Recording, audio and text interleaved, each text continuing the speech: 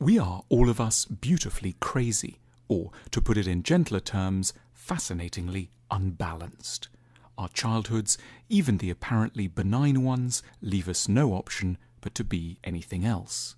As a result of our childhoods, we tend, over most issues, to list like a sailing yacht in high wind, far too much in one direction or another.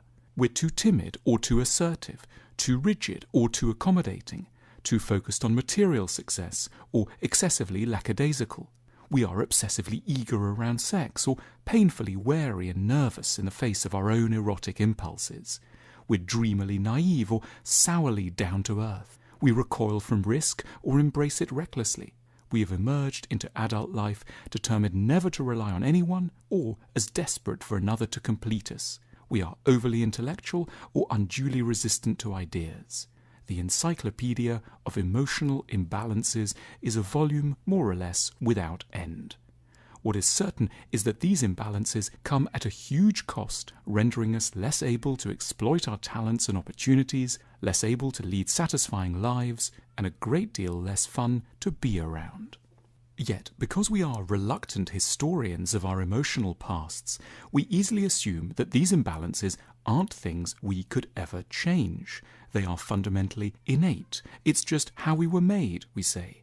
We simply are, in and of ourselves, people who micromanage or can't get much pleasure out of sex, scream a lot when someone contradicts us, or run away from lovers who are too kind to us. It may not be easy, we concede, but nor is it alterable or even up for inquiry. But the truth is likely to be more hopeful, though in the short term more challenging. Our imbalances are invariably responses to something that happened in the past. We are a certain way now because we were knocked off a more fulfilling trajectory years ago by a primal wound. Perhaps in the face of a viciously competitive parent, we took refuge in underachievement.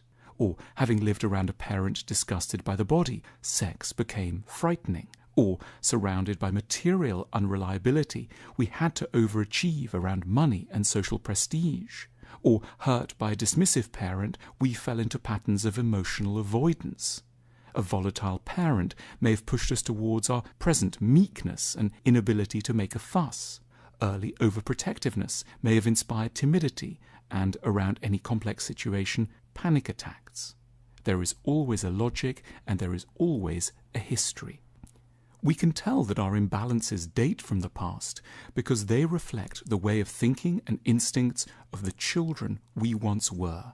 Without anything pejorative being meant by this, our way of being unbalanced tends towards a fundamental immaturity, bearing the marks of what was once a young person's attempt to grapple with something utterly beyond their capacities. For example, when they suffer at the hands of an adult, children almost invariably take what happens to them as a reflection of something that must be very wrong with them. If someone humiliates, ignores, or hurts them, it must, so it seems, be because they are, in and of themselves, imbecilic, repugnant, and worth neglecting.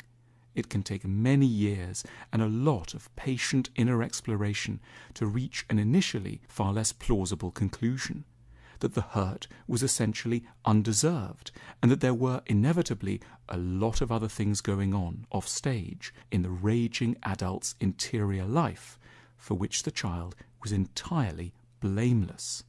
Similarly, because children cannot easily leave an offending situation, they are prey to powerful, limitless longings to try to fix the broken person they so completely depend upon. It becomes, in the infantile imagination, the child's responsibility to mend all the anger, addiction, or sadness of the grown-up they adore. It may be the work of decades to develop an adult power to feel sad about, rather than eternally responsible for, those we cannot change. Communication patterns can be beset by comparable childhood legacies.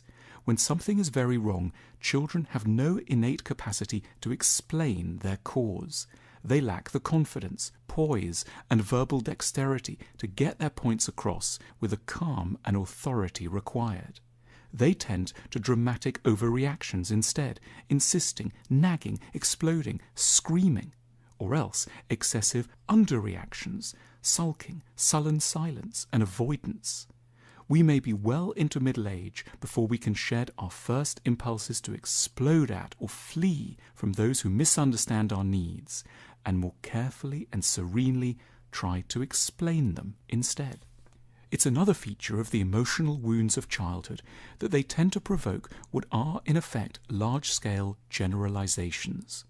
Our wounds may have occurred in highly individual contexts, with one particular adult who hit their particular partner late at night, or the wound may have been caused by one specific parent who responded with intense contempt after a specific job loss from one specific factory. But these events give rise to expectations of other people and of life more broadly.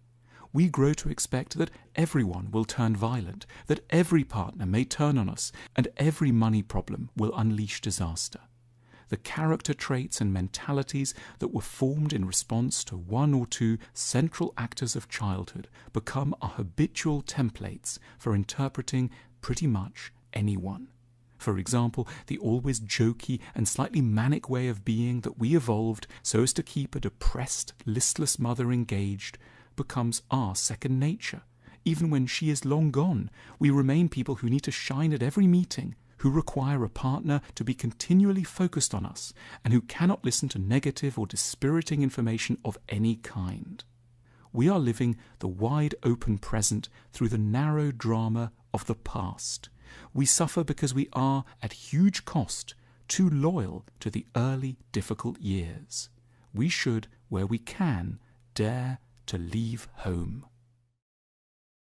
If you liked this film, please subscribe to our channel and click the bell icon to turn on notifications.